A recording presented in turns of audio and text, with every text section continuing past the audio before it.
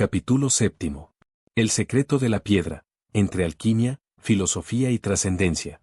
La puerta de la taberna se abrió de golpe, dejando entrar una ráfaga de aire frío y a un joven con el rostro iluminado por la emoción.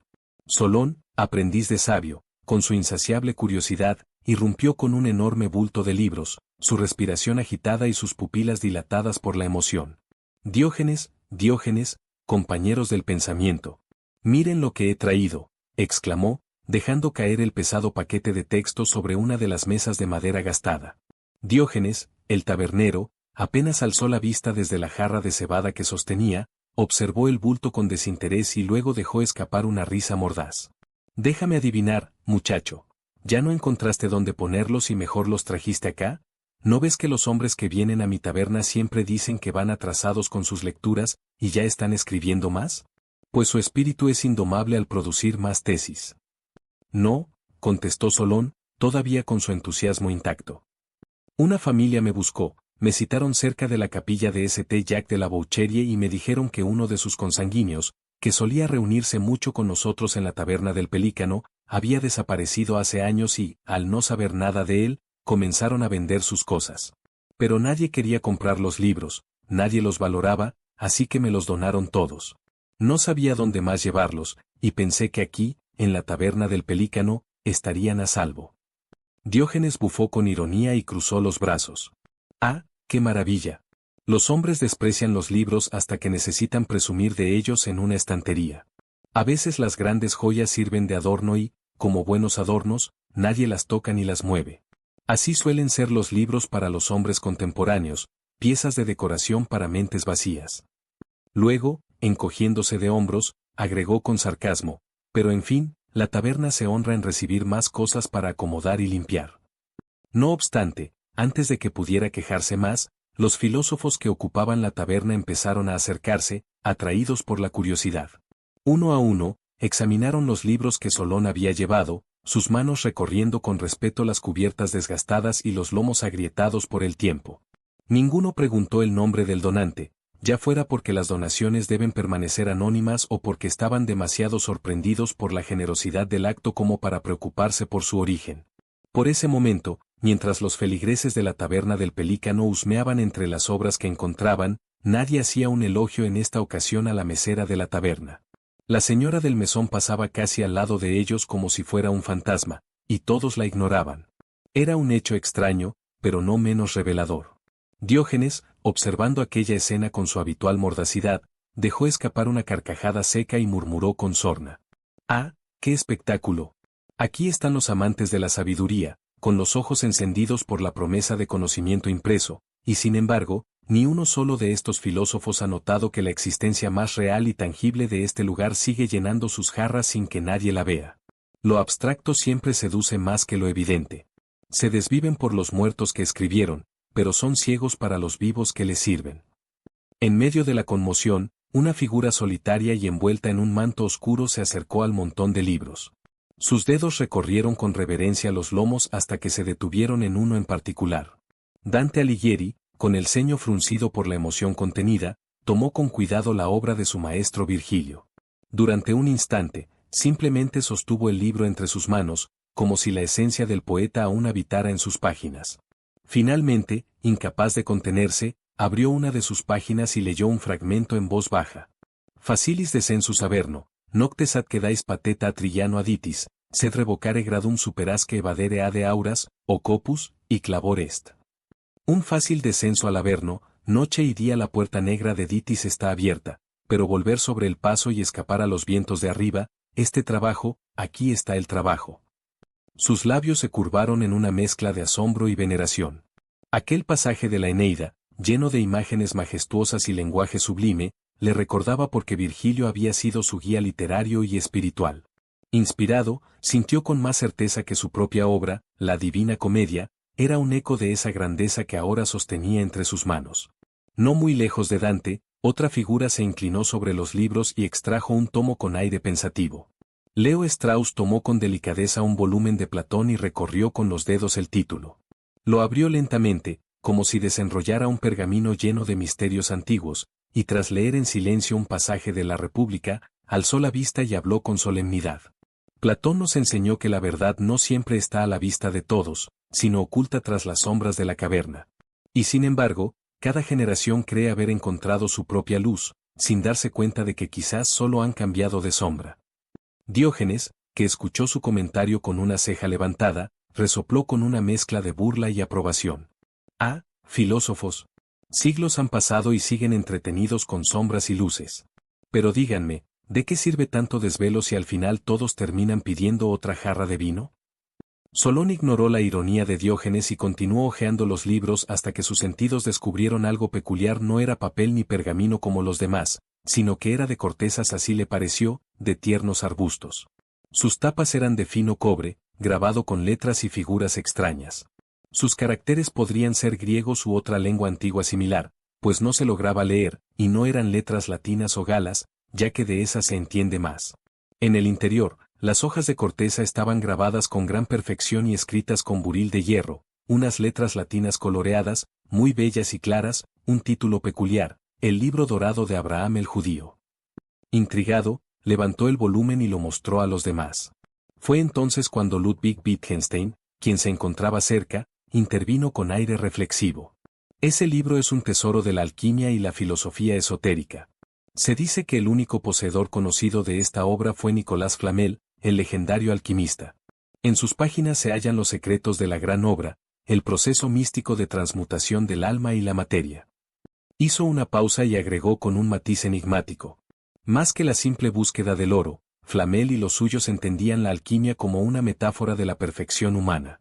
Transformar el plomo en oro era, en realidad, una aspiración filosófica, convertir el espíritu imperfecto en algo puro y elevado.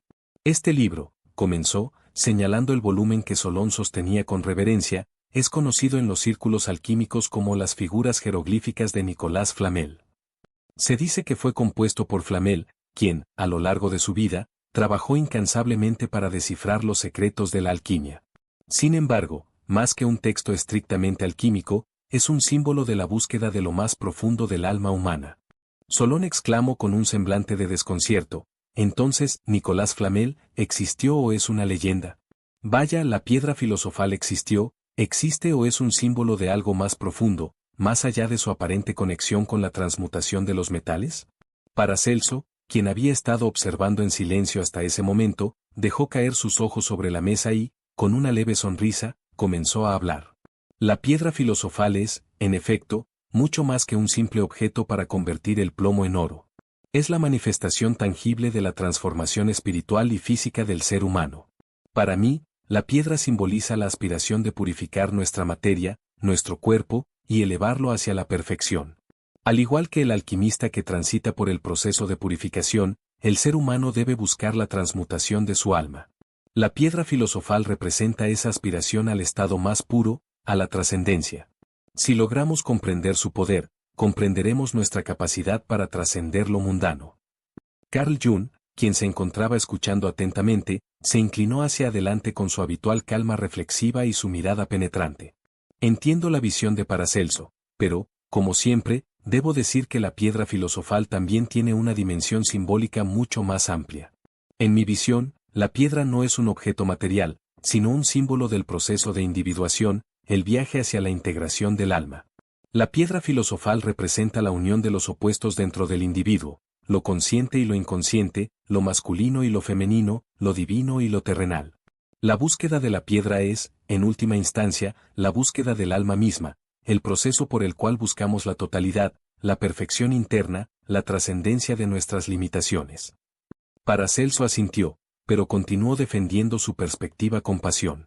Sin duda, la piedra es un símbolo del alma. Pero también es una guía práctica. La alquimia no es solo un proceso simbólico, sino físico. Si uno no comienza con el trabajo material de la transmutación, ¿cómo puede comprender lo espiritual? Es una cuestión de equilibrio, el cuerpo y el alma deben trabajar juntos. La piedra filosofal es la clave para transformar ambos. Solón, atento al desarrollo de la charla, intervino para plantear otras dudas. Pareciera que las ideas que se movían en su mente se habían alborotado como un avispero, inquirió. Bien, la piedra filosofal, entonces, tiene múltiples interpretaciones. Pero hablar entonces de la piedra filosofal es hablar de la inmortalidad del alma. La cuestión sería, ¿es la inmortalidad un anhelo humano necesario para la moralidad, o simplemente un sueño irracional? Miguel de Unamuno, quien había estado reflexionando sobre las palabras de Paracelso y Jung, levantó la mirada con una expresión que mostraba su habitual agitación existencial.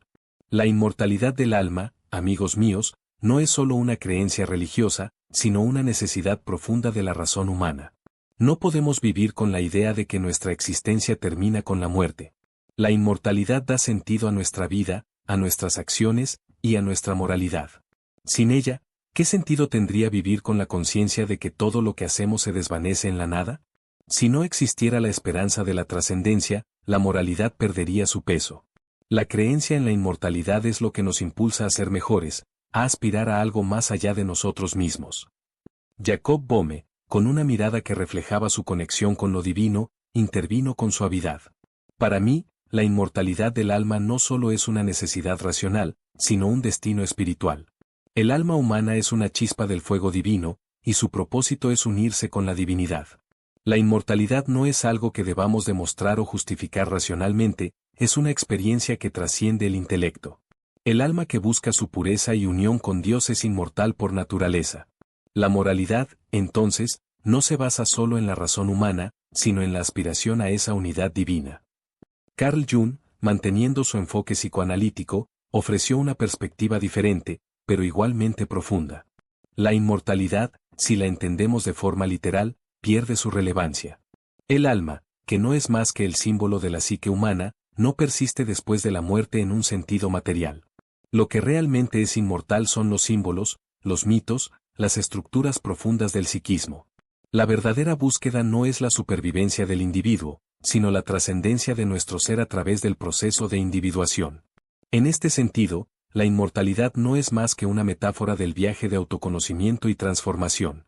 La muerte, lejos de ser el fin, es una transición. Lo inmortal no es el alma como entidad, sino aquello que, nacido en la psique, continúa influyendo a través del tiempo, modelando el pensamiento de generaciones futuras. Paracelso, viendo que el debate comenzaba a tomar una dirección más filosófica, añadió con vehemencia: es cierto que el alma no debe ser vista solo como algo que persiste más allá de la muerte. Pero lo que busco en la alquimia y en mi vida misma es la transmutación del cuerpo y del alma, la fusión de lo espiritual y lo material. La inmortalidad no es solo un acto de supervivencia, sino de transformación. Vivir en la constante búsqueda de la perfección es lo que nos eleva más allá de lo mundano, más allá de la muerte. Así, la alquimia y la inmortalidad del alma se entrelazan, y el trabajo constante hacia la transmutación es lo que da sentido a nuestra existencia. Solón, viendo cómo se tejían las ideas entre los presentes, reflexionó en voz alta. Veo que la inmortalidad del alma nos impulsa, de una forma u otra, a aspirar a algo más grande que nuestra propia existencia. La piedra filosofal, como hemos discutido, es una metáfora poderosa de esa búsqueda. Pero lo que está claro, amigos, es que tanto la alquimia como la filosofía, al igual que la idea de la inmortalidad, nos llevan a un mismo anhelo profundo, la trascendencia. Ahora bien, recuerdo que, en alguna parte carente de luz en mi pasado, un símbolo extraño apareció ante mí, uno que parecía tener un contexto alquímico. Era un emblema que me evocaba una sensación de misterio profundo. No era un símbolo cualquiera, sino algo que contenía dentro de sí misma una promesa de transformación, algo que conectaba lo visible con lo invisible, lo físico con lo espiritual. Era el vitriol, ese antiguo lema: visita interiora terrae rectificando invenies occultum lapidem, o sea, visita el interior de la tierra, y rectificando encontrarás la piedra oculta. Me preguntó entonces, ¿tendrá alguna relación este símbolo con aquellos antiguos misterios sobre la piedra filosofal? ¿Y qué sentido tiene esa transformación de los metales, y la inmortalidad del alma que, según algunos, se alcanzaría con el conocimiento y la práctica de estos secretos? Estoy intrigado. Carl Jung, tomo la palabra, insufacto. Solón, lo que describes es un símbolo arquetípico que habla directamente al inconsciente colectivo. El vitriol, más que un simple conjunto de palabras, es una invitación a explorar lo más profundo de uno mismo. Visita el interior de la tierra, dice. Eso no se refiere a un espacio físico, sino a las profundidades de nuestra psique. La piedra filosofal no es un objeto material, sino un símbolo del proceso de individuación, la integración del inconsciente y el consciente. La transmutación de los metales no es más que una metáfora de cómo podemos transformar nuestra propia psique, pasando de lo bruto a lo purificado, de la inconsciencia a la conciencia. La inmortalidad del alma, en mi visión, no es una cuestión de vida después de la muerte, sino la trascendencia de las limitaciones del ego. El alma no muere, simplemente se transforma y continúa su existencia en un plano más elevado. Paracelso, replico. Jung, tu interpretación es valiosa, pero el vitriol también debe verse como un principio activo en el mundo físico. Cuando hablas de transmutación, no hablas solo de un proceso mental o espiritual. En la alquimia, se cree que uno puede cambiar la naturaleza misma de los materiales. La piedra filosofal, como sabrás, no solo tiene el poder de transformar los metales en oro, sino que también puede sanar, restaurar la salud, y finalmente, purificar el alma. El vitriol es un recordatorio de que esta purificación es tanto un proceso interno como externo. A través de la alquimia, el hombre puede transformar su entorno, porque está vinculado a las fuerzas cósmicas de la naturaleza. La inmortalidad del alma es también parte de este proceso. Cuando el hombre se alinea con las leyes de la naturaleza, accede a la eterna verdad que nos conecta con lo divino, y en este proceso, nuestra esencia se purifica y se vuelve inmortal. Miguel de Unamuno, con su mirada casi perdida, aseveró. Es interesante, pero, sinceramente, veo algo inquietante en esas palabras. En mi experiencia, la verdadera transmutación no es algo que ocurra solo a través de símbolos o rituales, ni tan siquiera en el alma humana de una manera cómoda y segura. Lo que el vitriol pudiera representar, o a lo que realmente nos llama, es la angustia de existir. Hablan de la inmortalidad del alma como si fuese algo asegurado, pero yo veo en ello más una necesidad, un deseo profundo de trascender nuestra propia mortalidad. Si alguna vez encontramos la piedra filosofal, será porque estamos buscando desesperadamente un significado ante la muerte. La verdadera transmutación, para mí, está en la lucha existencial del ser humano con su finitud. La piedra filosofal es una propuesta mística, es un reflejo de nuestro deseo de vencer la muerte, de alcanzar algo eterno, pero nunca con certeza. No se trata solo de encontrar la inmortalidad, sino de vivir con la convicción de que nuestra vida tiene un propósito, aunque lo sepamos incierto. Jacob Boehme, acercándose a Unamuno, comentó. Unamuno, comprendo tus palabras, pero el vitriol y la piedra filosofal son mucho más que un deseo de trascender la muerte. La alquimia, como la percibo, podría ser otro intento del hombre en su viaje hacia la reconciliación con lo divino. La piedra filosofal es la revelación de los misterios divinos que no son solo símbolos ni deseos humanos.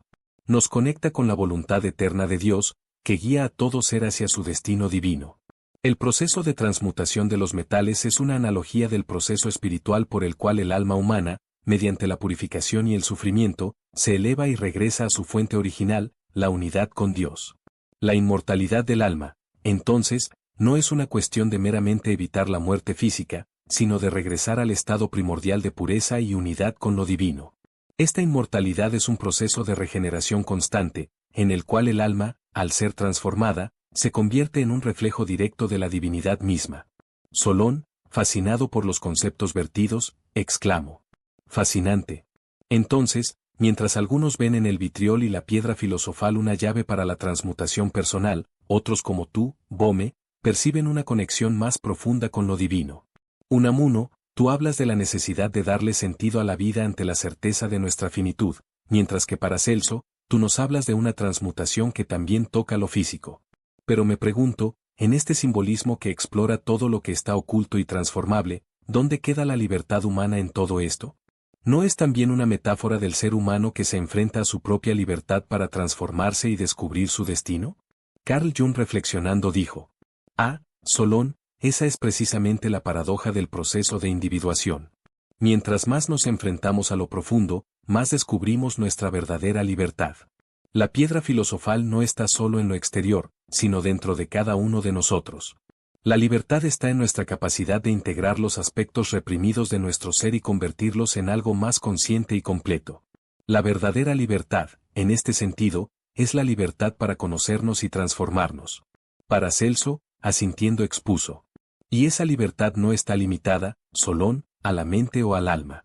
Es una libertad que atraviesa tanto el cuerpo como el espíritu, como lo demuestra la alquimia. La verdadera transformación es un acto de la voluntad, un entendimiento profundo de cómo la naturaleza y el ser humano pueden interactuar para alcanzar la perfección. Miguel de Unamuno, con una sonrisa amarga, aseveró. Quizás. Pero en mi corazón, la libertad verdadera también está en nuestra constante lucha por encontrar sentido, incluso sabiendo que nunca será definitivo. La piedra filosofal, entonces, podría ser nuestra manera de crear ese sentido en medio de la angustia existencial. Jacob Boehme con una mirada profunda, remató. Al final, todos buscamos lo mismo, el regreso a la unidad, ya sea a través del conocimiento, de la fe, o de la transformación. Y eso, Solón, es lo que el vitriol nos podría enseñar, que estamos llamados a un proceso de evolución, tanto interior como exterior, hacia un destino que no podemos comprender completamente, pero que nos invita a caminar hacia él. Solón osó hacer una síntesis que armonizara las posturas, diciendo: vaya, veo que en cada uno de estos símbolos se esconden verdades complejas y contradictorias. El vitriol, la piedra filosofal y la transmutación no solo son misterios antiguos, son reflejos de nuestra propia lucha por comprender la vida, la muerte, y lo que podría estar más allá de ambos. ¿Quién diría que un símbolo tan pequeño podría abrir tantas puertas? Al final, parece que todos estos símbolos hablan de algo más profundo, de la necesidad de transformación. Y si pensamos en la piedra filosofal como una metáfora de lo que podemos llegar a ser, tal vez el hombre sea esa piedra que se extrae de la cantera del mundo cotidiano. A medida que nos pulimos, nos deshacemos de las impurezas, de lo innecesario, hasta que podemos ser la base de algo más grande. Una base que podría ser la piedra fundamental de una obra social que realmente busque el cambio, no solo a nivel personal, sino colectivo. Al fin y al cabo, si el individuo no cambia, ¿cómo podría esperarse que lo haga la sociedad? Diógenes el tabernero, con su acostumbrada sonrisa burlona, dijo: ah, sí, claro. El hombre convertido en piedra filosofal, como esos viejos libros que la gente guarda en sus estanterías, cubiertos de polvo y con las páginas sin abrir. Todos hablan de ellos, todos los miran, pero nadie los lee. Al final, se quedan ahí, siendo solo una promesa no cumplida. Así son los hombres, ¿verdad? Llenos de potencial, pero ¿cuántos se atreven a abrirlos para ver qué tienen realmente dentro, como la introspección de que tanto hablaron? Mientras tanto iré buscando dónde poner los libros, al alcance del temerario que busque educarse.